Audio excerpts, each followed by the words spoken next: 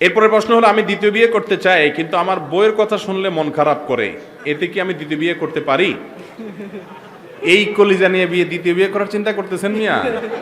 হ্যাঁ, বুকের ফাটায় বহুত বল লাগে, মায়ের দৌড়, জেল, জুলুম, এগুলা সবগুলোর জন্য রেডি থাকতে হয়। শ্বশুরবাড়ির লোকজন, শালার সম্বন্ধীরা হাত পা ঝুলাইয়া কখন কি করবে না করবে এগুলোর জন্য পিঠে সালামালা বাইন্দা নিতে হয়, তারপরে নিয়ত করতে হয় আল্লাহ ভরসা, যা হয় হবে করব।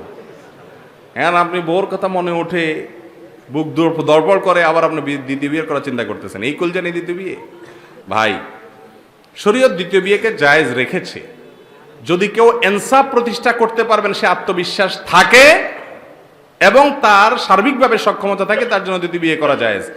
আর যদি কেউ জানে দ্বিতীয় বিয়ে করলে ছোট বউ নিয়েই পড়ে থাকবো, বড় বউর হক আদায় করা হবে না, হিসেব করে তার সাথে একদিন এর সাথে একদিন এভাবে থাকা হবে না, আমি হেরফের করে ফেলবো, একজনের প্রতি বেশি দুর্বল হয়ে তাকে বেশি সময় দিব, এরকম আশঙ্কা থাকলে তার জন্য দ্বিতীয় বিয়ে করা জায়েজ।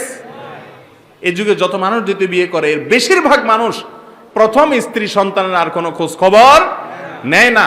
এই দ্বিতীয় বিয়ে ইসলামী শরীয়ত দৃষ্টিকোণ থেকে গুনাহের কথা, জায়েজ নাই। বুঝতে পারছেন কথা?